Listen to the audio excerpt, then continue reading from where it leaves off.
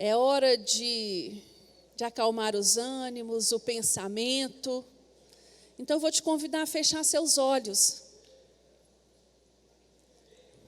Fecha seus olhos. Peça o Senhor para falar com você. Peça o Senhor para ter misericórdia da minha vida, para que eu consiga transmitir aquilo que foi planejado para a aula de hoje, que as dúvidas sejam esclarecidas, que você seja abençoado com a aula de hoje.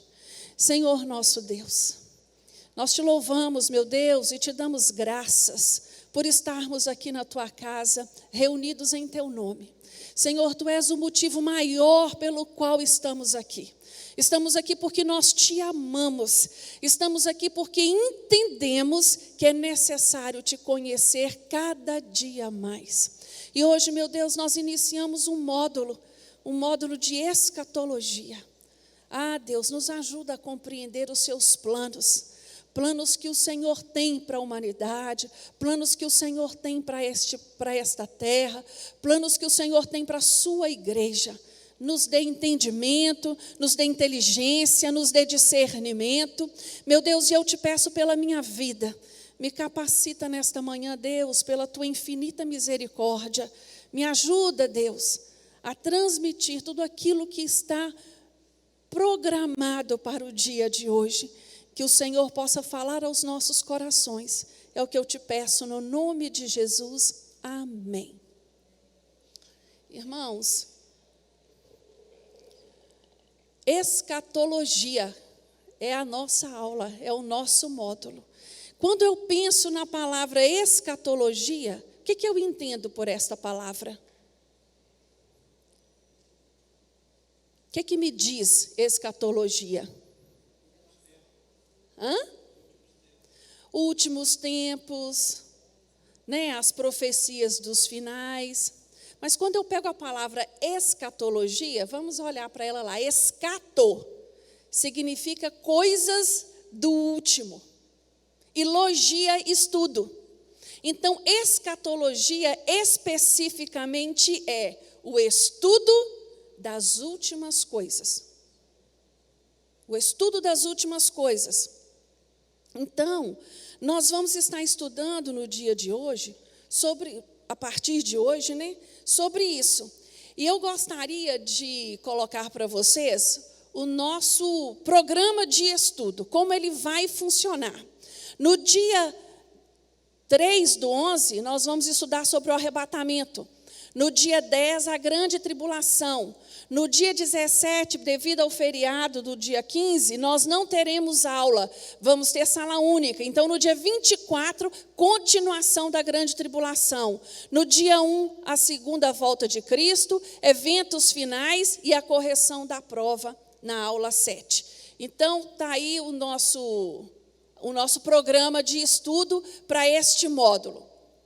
Voltando ao nosso assunto, escatologia, eu gostaria de, antes de começar definitivamente o assunto com vocês, deixar claro uma coisa. Existem pelo menos umas 5 correntes teológicas dentro de escatologia. Homens de Deus que compreendem o assunto de uma maneira diferente. A linha que nós seguimos, a pré-tribulacionista, é uma corrente teológica onde 90% ou 95% crê do povo evangélico. E é a linha que nós cremos também. No decorrer dos estudos, suas dúvidas vão ficando mais esclarecidas. Por isso eu queria te pedir hoje, a partir de hoje, que você não levante questionamento de outras correntes, que não tem a ver com aquilo que nós estudamos aqui. As minhas dúvidas têm que ser voltadas ao nosso assunto. Existem outras correntes? Existem. Essas pessoas que creem nessas outras correntes não vão ser salvas? Vão. Escatologia significa que se eu não entender escatologia, eu não vou ser salvo? É doutrina de salvação? Não. Mas é uma doutrina importante para a igreja porque ela nos desperta a viver uma vida de santidade, ela nos desperta a entender que aquilo que Deus falou, Ele vai cumprir, e ela nos desperta a perceber o trabalhar de Deus durante a história do homem. Desde o princípio, nós vamos estar vendo isso em escatologia. Para nós entendermos as profecias futuras, eu primeiro preciso entender as que já foram cumpridas. Não preciso? Eu preciso entender estas. Então, quando olhamos para a Bíblia, nós entendemos que o plano divino, através dos séculos, foi estabelecido por Deus. E dele é sabido todas estas coisas. O Senhor determinou um tempo, um prazo para cada coisa. E para o acontecimento do arrebatamento, da volta dele, também está determinado este tempo. Então vamos ler lá em Isaías 46, 9 e 10, está ali no telão. Lembrai-vos das coisas passadas desde a antiguidade, que eu sou Deus, e não há outro Deus, não há outro semelhante a mim, que anuncia o fim desde o princípio e desde a antiguidade as coisas que ainda não sucederam, que digo, o meu conselho será firme e farei toda a minha vontade. Quando nós olhamos para a Bíblia e vemos todas as profecias que já foram cumpridas, você tem dúvida de que as promessas que o Senhor tem para nós em Apocalipse não vão ser cumpridas? Não há dúvidas.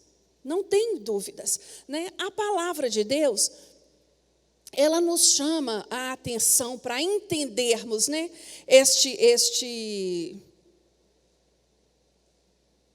plano que o Senhor fez através das eras. Nós vamos ver lá na frente as dispensações.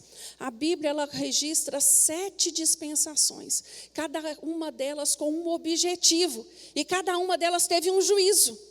Então, nós não temos dúvidas de que o Senhor irá cumprir a sua palavra. E quando eu olho para este projeto que Deus tem para o homem, nesse mundo conturbado que nós vivemos, nesse mundo sem esperança, quando eu olho para a escatologia, o que acontece comigo?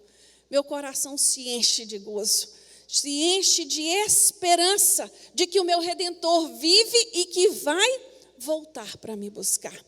É isso que este estudo tem que promover em nós. E naquele que tem alguma dúvida, né, despertá-lo a se posicionar com o Senhor. Amém? Então, como já foi dito, nós, para entendermos, para nós interpretarmos o presente, nós vamos precisar olhar para o passado. E eu vou te convidar a abrir a sua Bíblia lá em Daniel, capítulo 9. Nós vamos olhar para o passado, para interpretar o presente e compreendermos o futuro. Escatologia, meus irmãos, é impossível estudá-la sem entender a profecia de Daniel. Esta profecia do capítulo 9, ela é uma das profecias mais importantes, por causa do seu alcance, o seu escopo. Ela abrange Israel, ela abrange a igreja e ela abrange as nações do mundo. Então, é necessário você ter bem claro essa profecia, e assim por diante você vai entendendo como Deus planejou estas coisas. Daniel capítulo 9, todos encontraram? Vamos lá no versículo 1. No primeiro ano de Dario, filho de Assuero, da nação dos Medos, o qual foi constituído rei sobre o reino dos caldeus, no primeiro ano do seu reinado, eu, Daniel, entendi pelos livros que o número de anos de que falou o Senhor ao profeta Jeremias, que haviam de transcorrer sobre as desolações de Jerusalém, era de 70 anos. Dirigi o meu rosto ao Senhor Deus, para o buscar com oração e rogos, com jejum, pano de saco e cinza. Aqui, Daniel estava estudando os manuscritos e ele compreende que o tempo do cativeiro era de 70 anos. E ele começa a orar, ele começa a rogar ao Senhor pelo povo, pelo seu povo. E ele começa uma oração assim, no versículo 4. Orei ao Senhor, o meu Deus, confessei e disse: ó Senhor, Deus grande e tremendo, que guardas a aliança e a misericórdia para com os que te amam e guardam os teus mandamentos. Pecamos e cometemos iniquidade, procedemos impiamente, fomos rebeldes, apartamo-nos dos teus mandamentos e dos teus juízos, e não demos ouvidos aos teus servos, os profetas, que em teu nome falaram aos nossos reis, nossos príncipes e nossos pais, como também a todo o povo da terra. E ali ele vai desenrolar essa oração, e ele vai dizer para Deus, e ele vai nomear quais foram os erros que eles cometeram. E lá no versículo 20, ainda com a sua Bíblia aberta, ele diz assim, olha, estando eu ainda falando e orando, e confessando o meu pecado, e o pecado do meu povo Israel, e lançando a minha súplica perante a face do Senhor meu Deus, pelo monte santo do meu Deus, estando eu, digo, ainda falando na oração, o homem Gabriel, que eu tinha visto na minha visão ao princípio, veio voando rapidamente e tocou-me à hora do sacrifício da tarde. Ele me instruiu e me disse: Daniel, agora vim para fazer-te entender o sentido. No princípio das suas súplicas saiu a ordem e eu vim para declará-la a ti, porque és muito amado. Portanto, considera a mensagem e entende a visão. Agora vai começar a profecia a partir do versículo 24. Essa profecia que nós vamos esmiuçá-la aqui logo em seguida. É ela que nós temos que ter esse entendimento como ela vai acontecer, e uma boa parte já aconteceu. O anjo diz a Daniel: 70 semanas estão determinados sobre o teu povo e sobre a tua santa cidade, para fazer cessar a transgressão e dar fim aos pecados, para expiar a iniquidade e trazer a justiça eterna, para selar a visão e a profecia e para ungir o santo dos santos. Sabe e entende, desde a saída da ordem para restaurar e para edificar Jerusalém, até o ungido, o príncipe, 7 semanas e 62 semanas. Prestaram atenção aí? Então, primeiro 7 semanas, depois 62 semanas. As praças e os muros se reedificarão, mas em tempos angustiosos. Depois das 62 semanas, será cortado o ungido, e não será mais, e o povo do príncipe que há de vir destruirá a cidade e o santuário.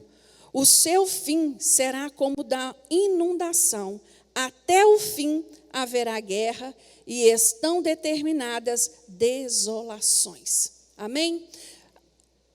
Aqui Daniel, é dito a Daniel como iriam acontecer as coisas. E o anjo diz a ele, olha, 70 semanas estão determinadas. A primeira semana, ela vai acontecer do início da reconstrução do templo até, do início da construção do templo, deixa eu ver se eu consigo achar o ponto aqui. Mas está dando ali para vocês verem, não está? 7 semanas.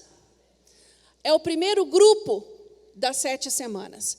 Nós entendemos que uma semana, esse 7, não é de 7 dias, mas cada uma representa 7 anos. Então, 7 semanas foram 49 anos, o tempo que levou para a reconstrução do templo e da cidade. As 7 primeiras semanas.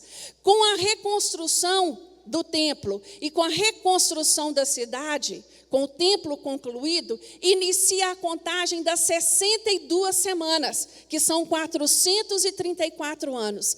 Essa contagem, ela vai até quando? Até a morte de Jesus, até a crucificação de Jesus. Esses 2 primeiros grupos de semana já aconteceram. Já aconteceram. São quantas semanas? 70. Faltam quantas? Falta uma semana. Falta uma semana para concluir as 70 semanas. Entre as 69 semanas e a última semana, nós temos um intervalo. Vocês estão percebendo lá? Um intervalo indefinido. Que intervalo é esse, irmãos? O tempo da graça, o tempo da igreja, o momento em que nós vivemos. Este tempo está ali, intercalando as 69 semanas e a última semana. Ela passou a ser contada a partir de quando? A partir do sacrifício de Jesus. Irmãos, quando nós olhamos para essa profecia, nós precisamos ter em mente como se ela fosse a estrutura de um prédio, os pilares de um prédio, e todas as outras seriam piso, teto, telhado, paredes.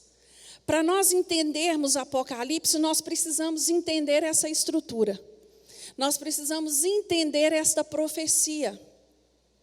Depois deste intervalo, que está ali indefinido, esse intervalo vai terminar quando?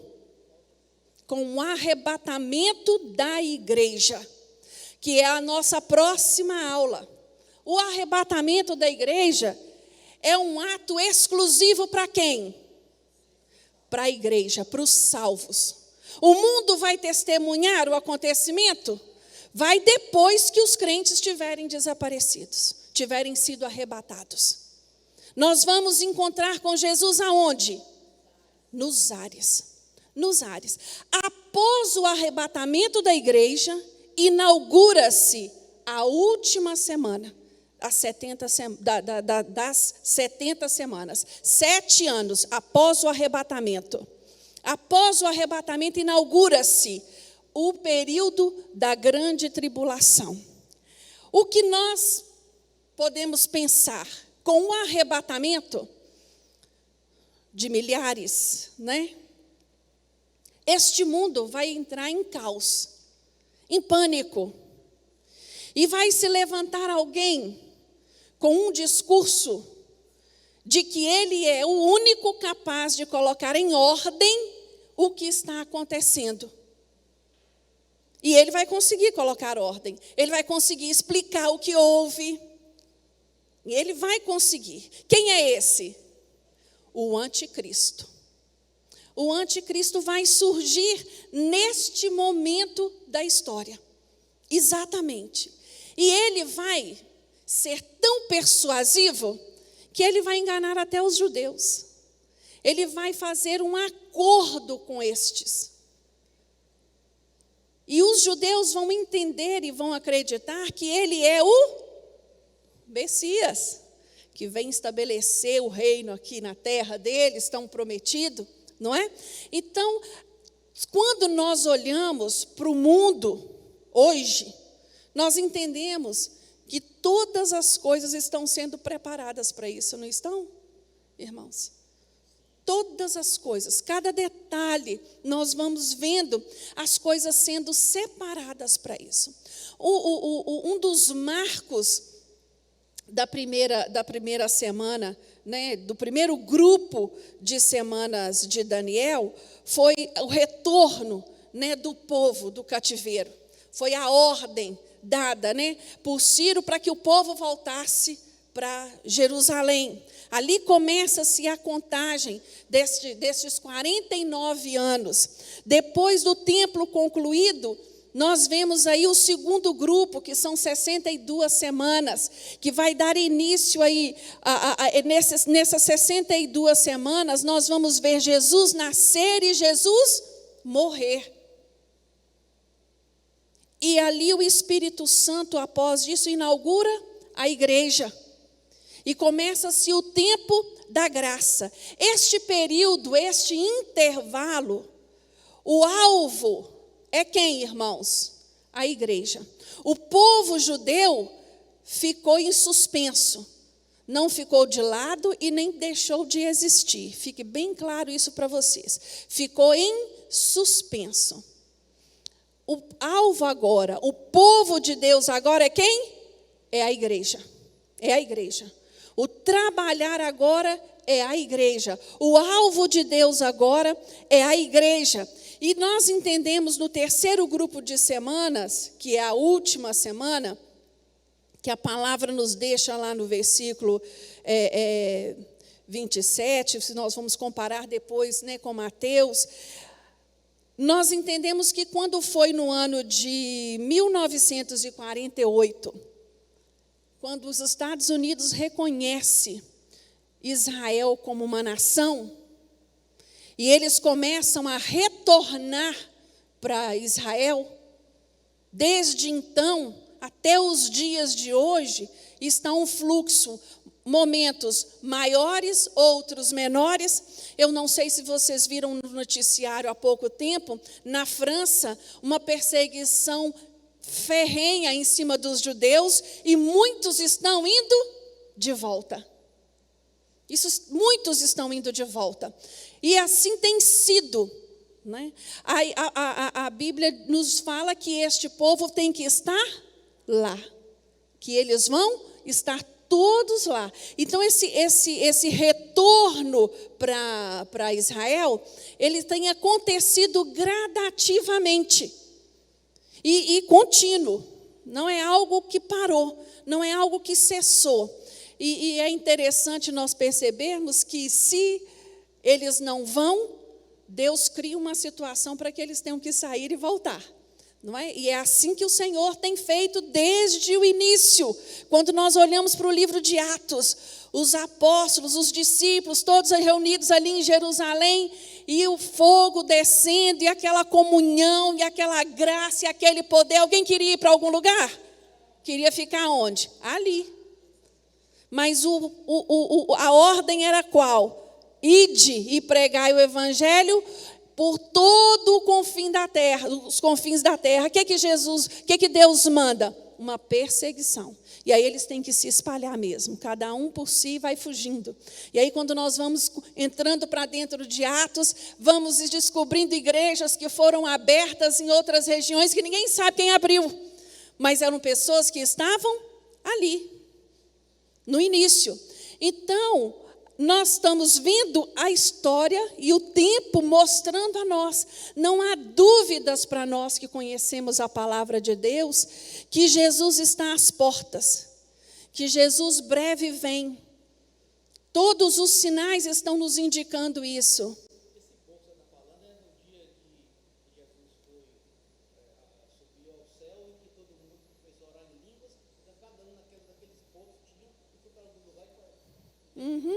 Isso, o dia do Pentecoste é. Ali tem um registro. Logo depois daquele, ali tinham 120 irmãos. Logo depois daquele momento, Pedro vai pregar. Quantas pessoas se convertem na primeira pregação de Pedro? Quantos? Quantos convertem ali naquele exato momento? 3.000 na primeira pregação. Na segunda pregação, aumenta para 5.000. E ali estão ali ainda, concentrados em Jerusalém. Ainda estão ali.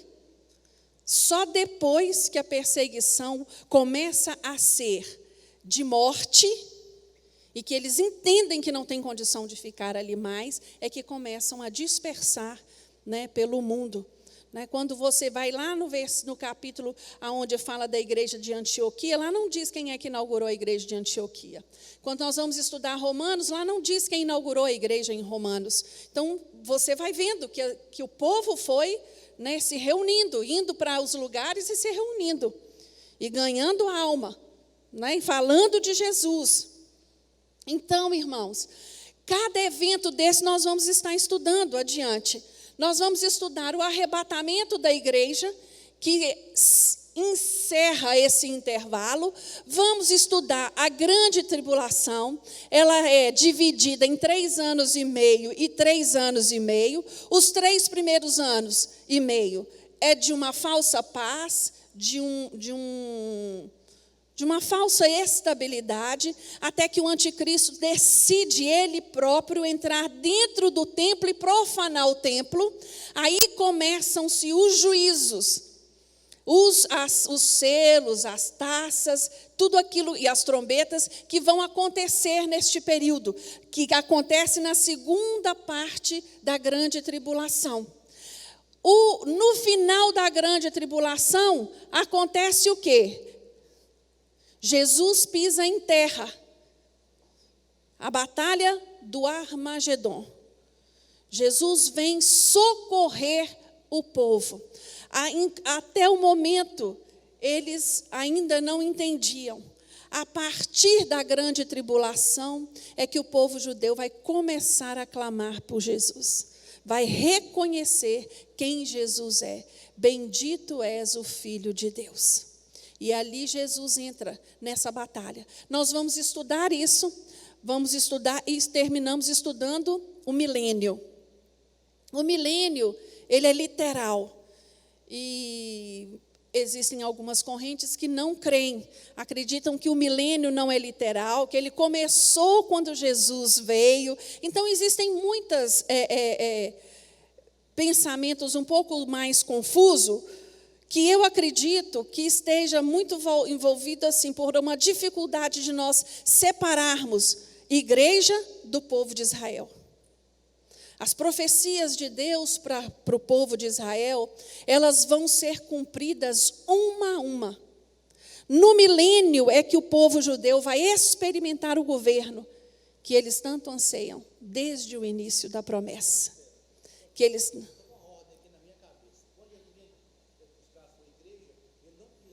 Não, nós encontramos com ele nos ares. Ele pisa. Ele pisa. Ele vem defender o povo judeu. Ele vem com os seus santos. Nós vamos estudar isso. Ele vem acompanhado com os seus santos. Quem são os seus santos, irmãos? Eu e você, em nome de Jesus. Nós vamos estar com ele na glória. E aí nós vamos ver isso lá em Apocalipse, no capítulo 20. Vamos descer para lutar a favor do povo judeu, contra todo o exército que Satanás vai reunir através do anticristo, através do falso profeta na terra, atuando numa colisão de governo. E é interessante, quando nós pensamos nessas colisões de governo, nós já temos exemplos disso, não temos, irmãos? Nós temos exemplos, o mundo está aí com blocos. Não é? A Europa, ela é o quê? Ela é um bloco de governo. O Mercosul é o quê? É um bloco de governo. São ideias que já estão aí sendo implantadas. E nós vamos, assim, nós vamos assistindo a tudo isso, às vezes tão aleatoriamente, sem perceber, sem entender os sinais que o Senhor está dando a cada um de nós. Às vezes nós nos perdemos, assim, com tanta bobagem. Eu não quero dizer para você que você tem que parar de viver como foi lá na antiguidade, na igreja da antiguidade. Você tem que ter sonhos, ter planos, com certeza. Deus aprova cada um deles. Mas a sua vida não pode viver só em função disso. Nós temos que ter tempo para o Senhor. Temos que ter tempo para conhecer a Deus. Temos que ter tempo para caminhar, na presença dEle. Temos que ter tempo para frutificar. O estudo de quinta-feira, como a Lia fez, foi bem claro. Ele diz que aquele que não dá fruto, ele é cortado. A Bíblia usa muito essa linguagem de figura da árvore para representar a nós. Que o homem bem-aventurado, aquele que confia no Senhor, ele está plantado. Ele está plantado aonde? À beira do ribeiro. As suas folhas estão sempre verdes, e ele vai dar fruto no seu tempo certo. É isso que o Senhor espera de cada um de vocês. inclusive de mim. É isso que o Senhor espera, que nós demos fruto. Agora, uma árvore cheia de pulgão, uma árvore cheia de bichinho, de larva, ela vai dar algum fruto? Não. Ela tem que ser limpa, ela tem que ser podada. Irmãos, a poda dói, viu? A poda dói, a poda é dolorida. Mas aquele que suporta a poda do Senhor, como ele floresce, como ele dá frutos maravilhosos. Aleluias. Então, voltando aqui para o nosso... Gente, vocês viram que o meu slide está cheio de efeito? Meu Deus. Não pensem que sou eu, porque eu não tenho essa habilidade toda. As 70 semanas de Daniel, fica claro para nós aqui, como ela está dividida. 7 semanas, saída da ordem para reedificar Jerusalém, e a conclusão de Jerusalém do templo. Fechou a primeira semana, fechou o primeiro grupo, 49 anos. Após essa conclusão, começa-se a contagem das 62 semanas. 62 vezes 7 dão quantos anos? 434 anos, que encerra com a morte do ungido. Foi isso que nós lemos no capítulo 9, não foi? Abre-se aí uma lacuna, um espaço de tempo. Abre-se aí a era da graça, a era da igreja. E aqui é o nosso momento. É o momento da igreja de Jesus, do povo de Deus. O que acontece com Israel nesse momento? A história fica suspensa por este período de tempo. Não, eles não estão abandonados, eles não estão largados, as coisas estão acontecendo lá também, né? Eles estão retornando. É tanto que o Senhor fala lá em Mateus, olha para onde? Para a figueira. Quem é a figueira? Jerusalém, Israel, olha para lá. Olha para lá e vê os sinais. Nós estamos neste momento. E ainda há uma semana para ser cumprida, que são de 7 anos. Os 3 primeiros anos e meio e os 3 primeiros anos últimos. Falsa paz, falso acordo, que é rompido com a profanação do templo. E aí vem o juízo de Deus. Meus irmãos, o juízo de Deus, ele é para a igreja? A igreja já subiu. A igreja não está aqui. Por isso, não é possível entender que a igreja vai estar durante a grande tribulação. Não é possível compreender assim. E vocês vão ver durante os estudos o porquê de não. Quantos irão morrer neste período?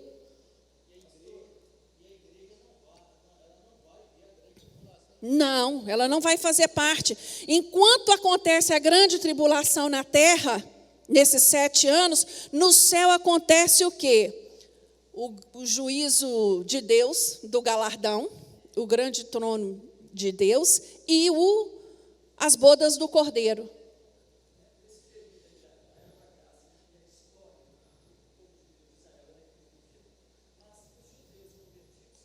Entram aqui. Todos. Muito pertinente. Por quê? Até hoje, quem é que converteu? Até hoje, quando você olha, vamos partir do início, para mim não me confundir no meu raciocínio. Quando nós olhamos para a igreja de Cristo, lá na igreja de Atos, quem era que converteu? Quem eram os convertidos lá, irmãos? Os judeus.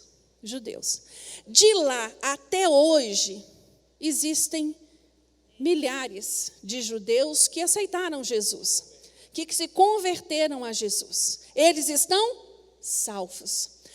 O que a Bíblia diz que o judeu vai reconhecer Jesus quanto nação.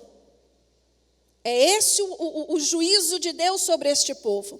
Não mais só individualmente, como tem acontecido. Existem inúmeros judeus convertidos a Jesus. Mas o que vai acontecer ali na grande tribulação, o juízo derramar do juízo de Deus sobre aquele povo, é para que eles reconheçam Jesus quanto nação. Tá? Então, nós vamos ter aqui na terra acontecendo a grande tribulação, e no céu nós vamos ter o julgamento das obras, né, dos cristãos para o galardão, e logo em seguida a bodas do Cordeiro. Nós vamos estar em festa no céu. Nós vamos estar em festa. Então você fala para o seu irmão: vigia, irmão, nós vamos estar na festa no céu, ninguém quer ficar aqui para isso não, né? Como é que nós entendemos todas estas eras, né? Todos estes acontecimentos na Bíblia? Através das dispensações do Senhor. É o interpretar o presente. A Bíblia, outra coisa, existem alguns teólogos que divergem neste número de dispensações, mas a grande maioria concorda com 7 dispensações. Primeiro nós vamos entender o que significa dispensação no grego. No grego significa administrar, é administração, é mordomia. Uma dispensação é, portanto, uma administração distinta e identificável no desenrolar do projeto divino. Ela é a espinha dorsal, as dispensações são a espinha dorsal da Bíblia, porque você vai olhando de tempo em tempo. Deus administra a totalidade da história humana, não é assim? Desde o início, Ele vem programando o tempo para se revelar ao homem. E é interessante quando nós olhamos para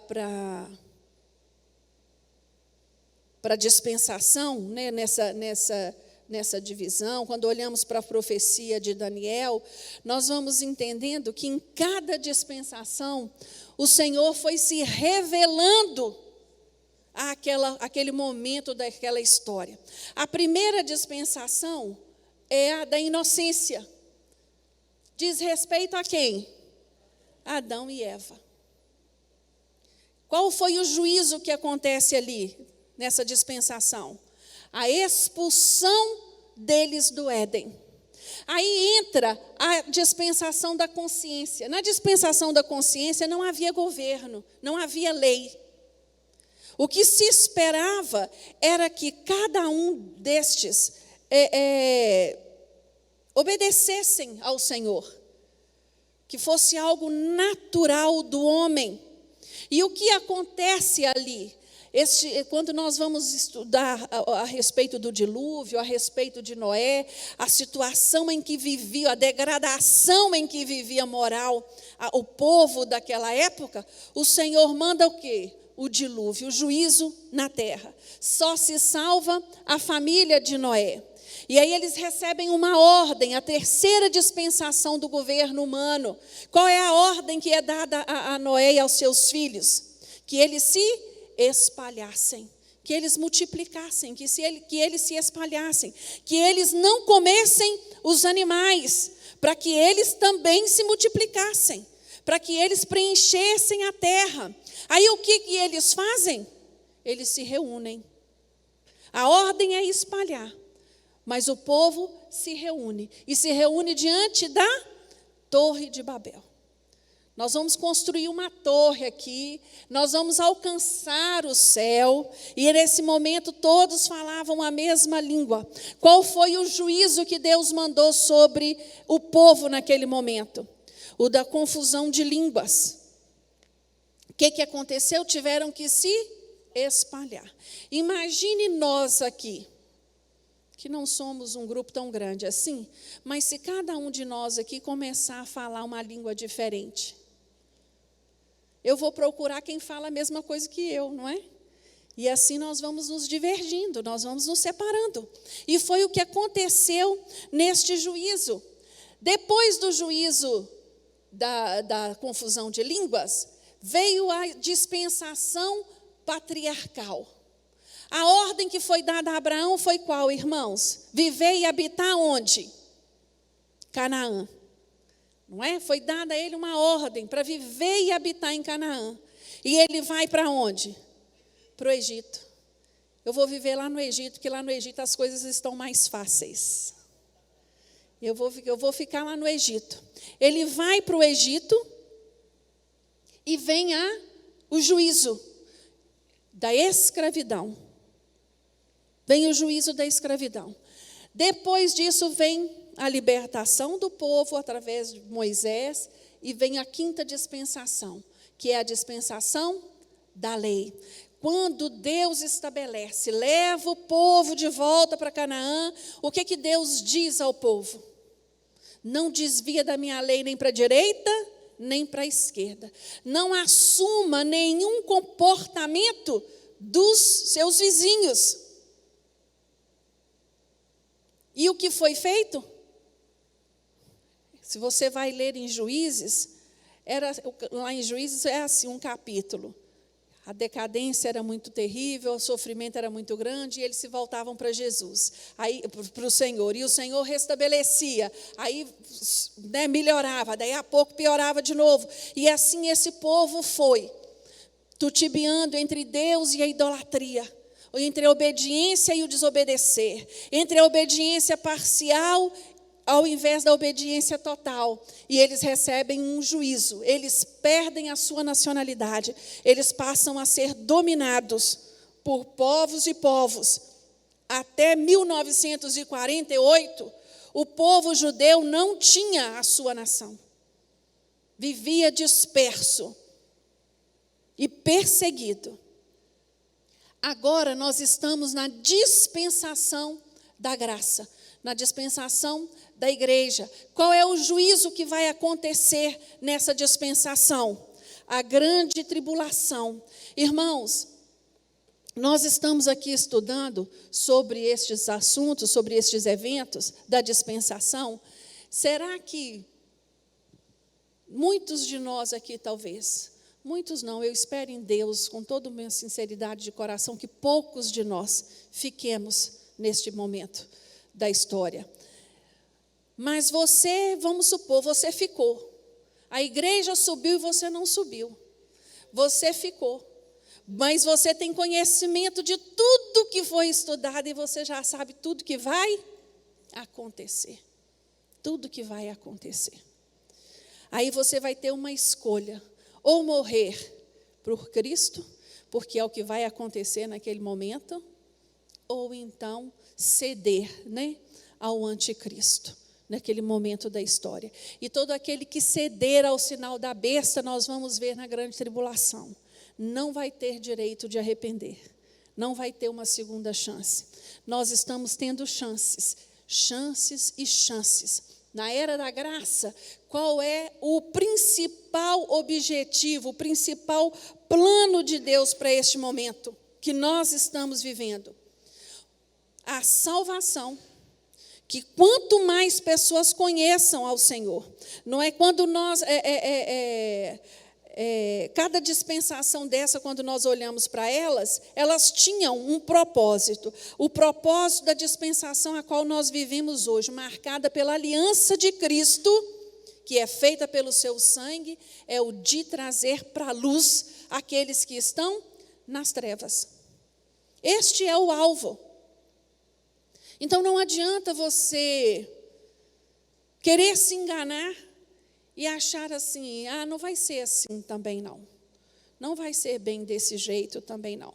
Quando nós olhamos para a empresa cinematográfica, quantos filmes tem aí apocalípticos, de destruição? A hora que nós começarmos a ler a Bíblia, vocês vão ver que aquilo não chega aos pés do que está programada. Uhum. Uhum.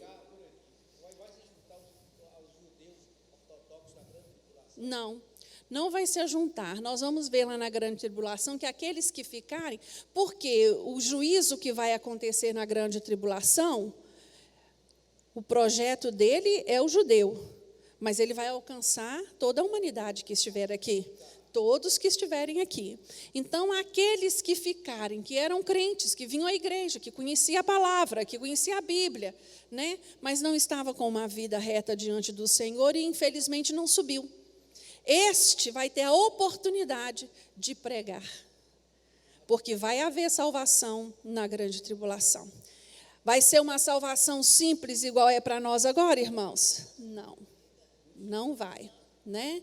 Mas vai haver. Então, se você não se sucumbir à pressão que vai haver do anticristo, eu, em uma das minhas aulas falando sobre o sinal da besta, eu estava falando que a Bíblia diz que esse sinal, aquele que não tiver esse sinal, ele vai ser impedido de comprar, por exemplo. Né? Ele não vai ter direito de comprar muita coisa. Aí eu perguntei na turma, né, no dia, se você, para poder ter acesso à internet, precisar do sinal da besta, você vai fazer o quê? Como é que eu vou fazer? Né? Você vai ter que ficar sem internet. Você vai ter que ficar sem celular. Então, nós temos que parar para pensar, porque a abrangência disso vai ser muito grande. Ontem eu recebi um vídeo muito interessante, falando das profissões que vão desaparecer a partir do ano que vem, de 2020. Quais são as previsões? Por causa da tecnologia que tem sido desenvolvida.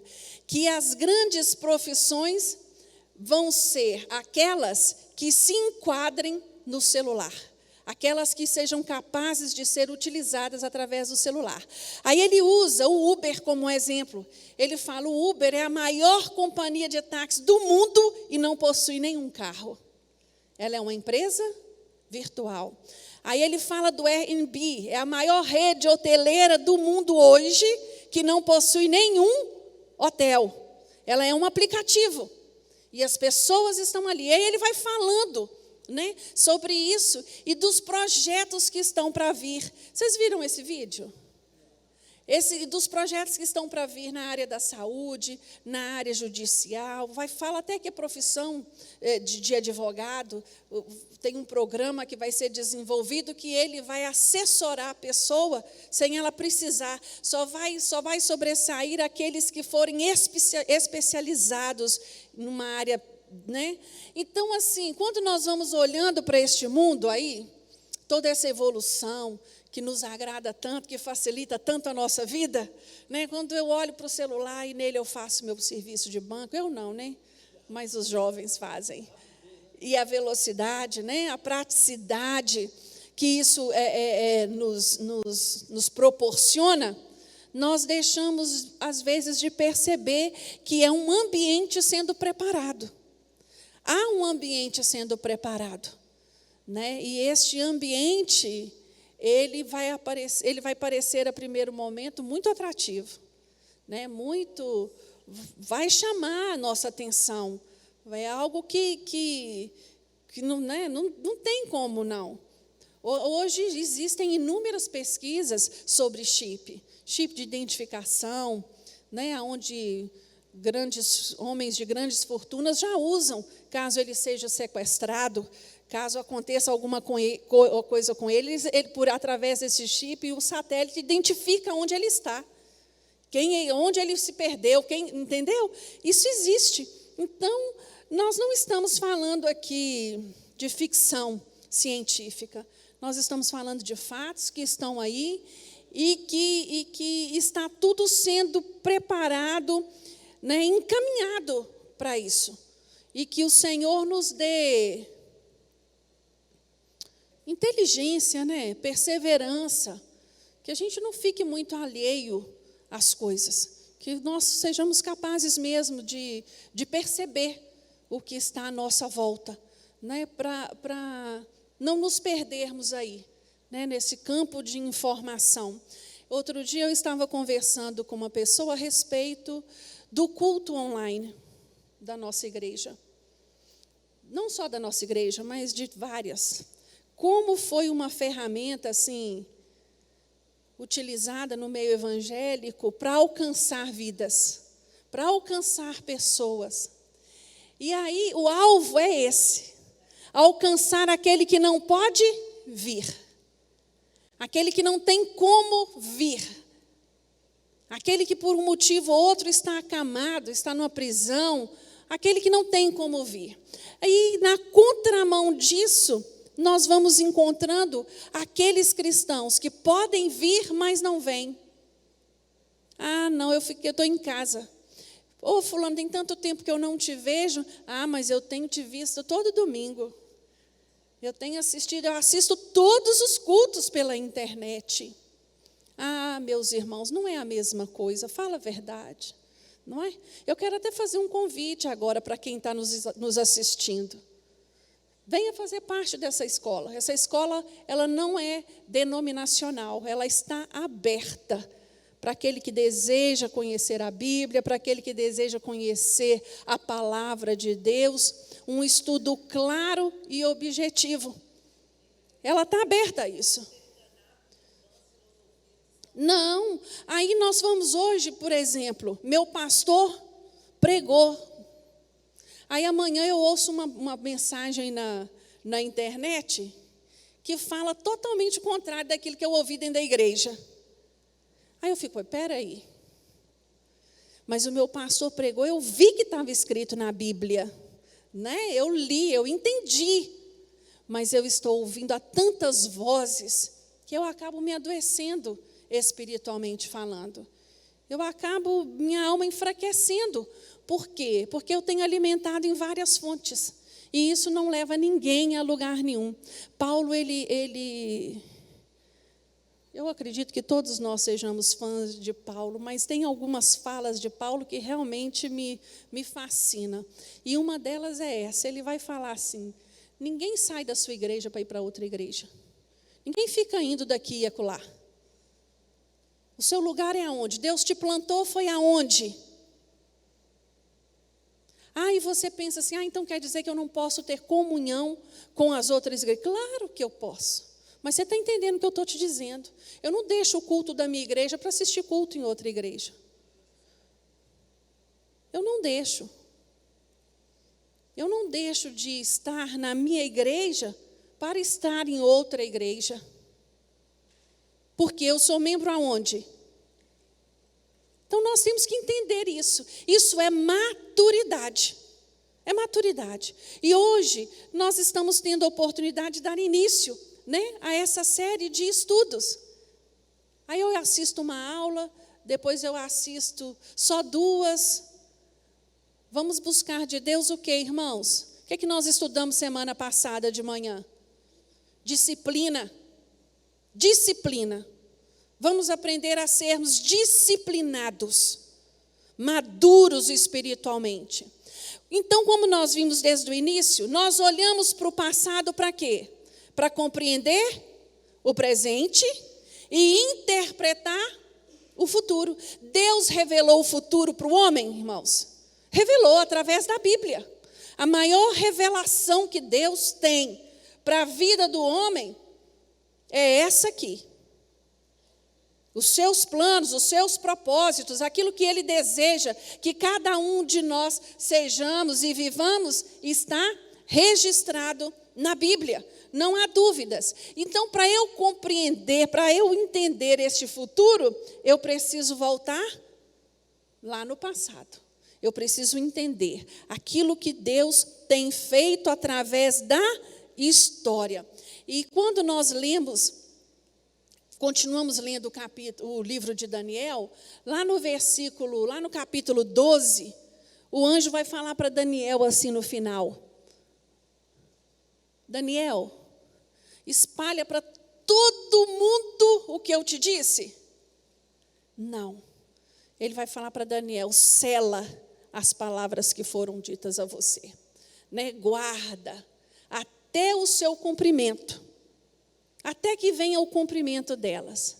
Mas nós, da era da graça, da era da igreja, temos João recebendo uma revelação dos eventos futuros, que estão lá em Apocalipse. No final, o que o anjo fala para João? Não celes. Fala para todos. Revela para todos a profecia. Porque na época, no tempo que nós estamos, na dispensação da graça, muita coisa veio acontecendo nas dispensações anteriores e foram confirmando o que estava por vir. Então não há dúvidas mais. Quando nós olhamos para a Escritura, ela descreve o futuro com precisão. Com precisão. Ela nunca falhou em suas previsões. Ela já fez isso várias vezes. Quando nós olhamos para a palavra de Deus, nós entendemos que o Senhor vai cumprir cada uma das suas palavras. Quantas profecias, quando nós olhamos para o livro de Isaías, e vemos no livro de Isaías, no capítulo 53, o profeta descrevendo aonde o Messias iria nascer, como o Messias iria morrer, como seria cada um daquele momento, e cada uma das profecias serem cumpridas, né? Miqueias que profetizou aonde Jesus iria nascer. Ele deu o nome da cidade. Ele deu um nome. Ciro, quando ele vai ler, quando ele vai dar a ordem para voltar ao povo, há 150 anos atrás, Isaías havia profetizado sobre isso e estava o nome dele nessa profecia. Então, as profecias, elas foram acontecendo. Agora, como é que eu entendo que uma profecia é de Deus? Quando ela se cumpre, literalmente da maneira como ela foi dita. É isso que me faz entender que é Deus que está profetizando. Nos dias de hoje, 22:10. Não está aparecendo, né?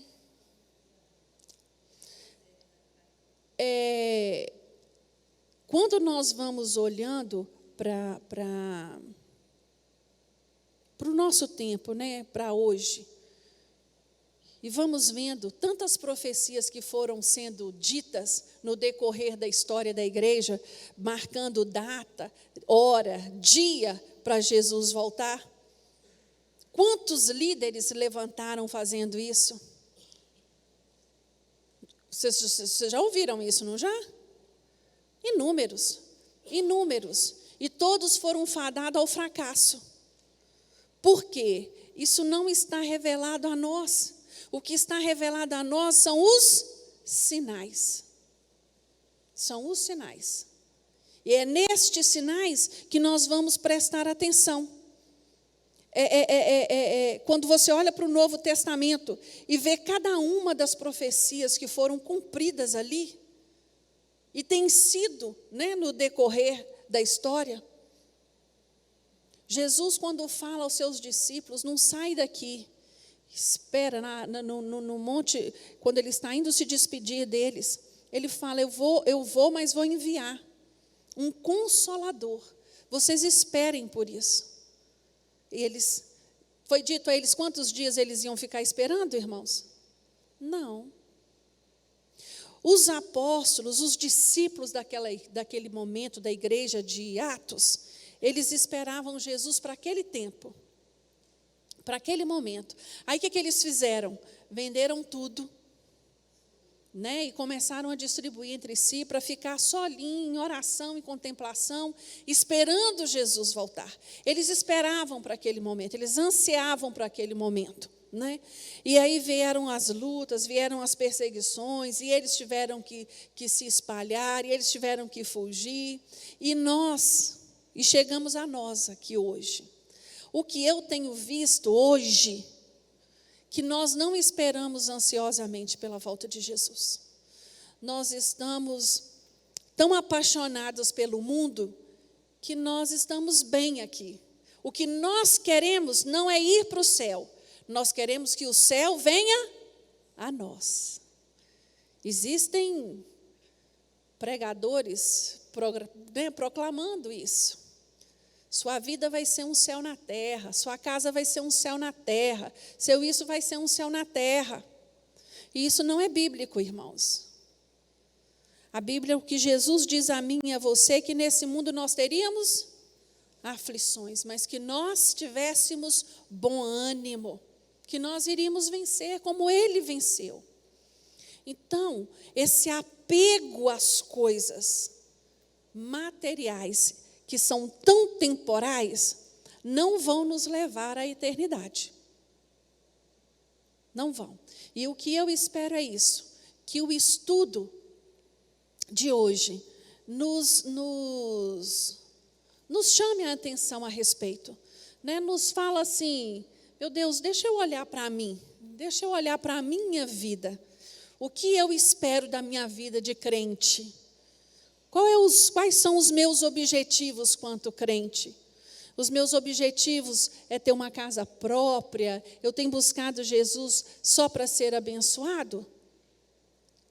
O que eu estou buscando é o quê? Eu entendi quem eu sou diante do Senhor? Eu tenho entendido quem eu sou realmente? Porque aí é que está o X da questão. É isso que vai definir como eu vou viver a minha vida de crente. Como eu vou andar neste mundo. Eu quero deixar claro mais uma vez, escatologia não é uma doutrina da salvação. A doutrina da salvação é Jesus, é crer em Jesus de todo o coração, se entregar a Ele, deixar Ele ser o Senhor da sua vida. Mas que a doutrina da escatologia tem que me fazer repensar a minha vida? Tem. Tem que me fazer repensar os meus valores? Tem. Que tipo de crente eu tenho sido, como eu tenho levado a minha fé, como eu tenho propagado a minha fé. Porque, irmãos, está reservado para aquele que ficar na terra um juízo que a Bíblia chama da ira de Deus. E esse juízo não é pouco, não é brincadeira.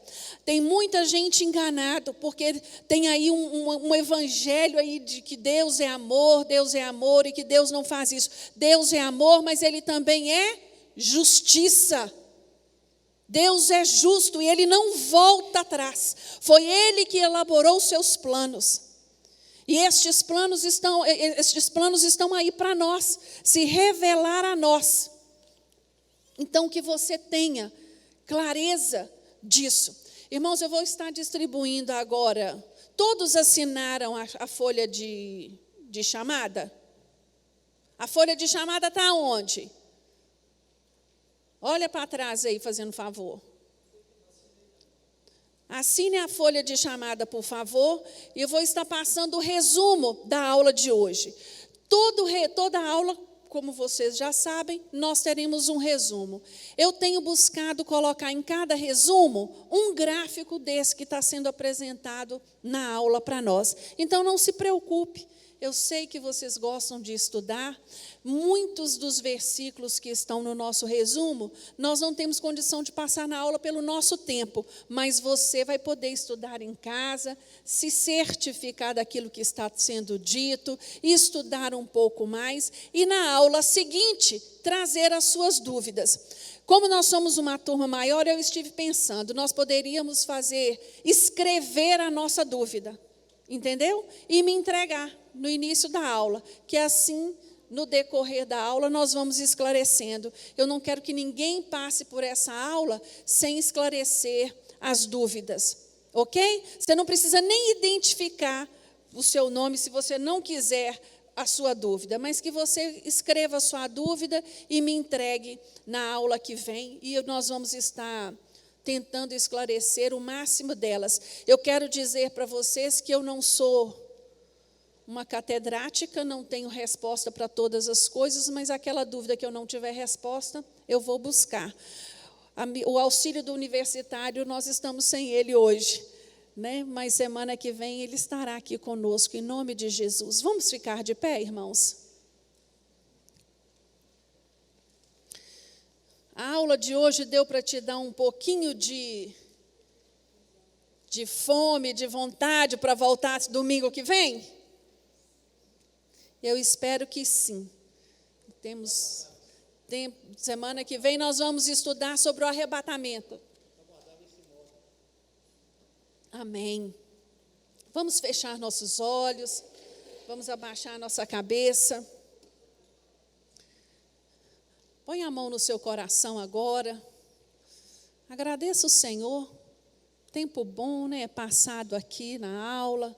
Um tempo proveitoso, aonde você está estudando a Bíblia, aonde Deus reservou para você esse momento. Senhor nosso Deus, muito obrigado, Deus, por estarmos aqui. Deus, que tempo bom, passa tão rápido e ficamos assim, tão maravilhados de ver o teu cuidado para conosco. Cada uma das suas promessas sendo cumpridas, Deus, enche o nosso coração de esperança. Quando olhamos para este mundo tenebroso, nós sabemos que a nossa esperança vive e que nós iremos encontrar com o Senhor na glória. E isso nos enche, Deus, de alegria, nos enche de certeza, de convicção que vale a pena servir ao Senhor. Meu Deus, ajuda-nos, fortalece a nossa fé nesta manhã. Meu Deus, vai nos direcionando a cada dia, que este estudo que foi entregue aos teus filhos possa ser um estudo praticado em casa, que eles tirem tempo para estar estudando a tua palavra. Este é o alvo deste módulo, este é o alvo deste modelo de EBD, promover o estudo da tua palavra, que todos se reúnam diante da tua Bíblia, da tua palavra, para estudar, Senhor, o tema que está em sala. Meu Deus, abençoa a nossa manhã, sê conosco, recebe, Deus, a nossa adoração. No nome de Jesus oramos. Amém.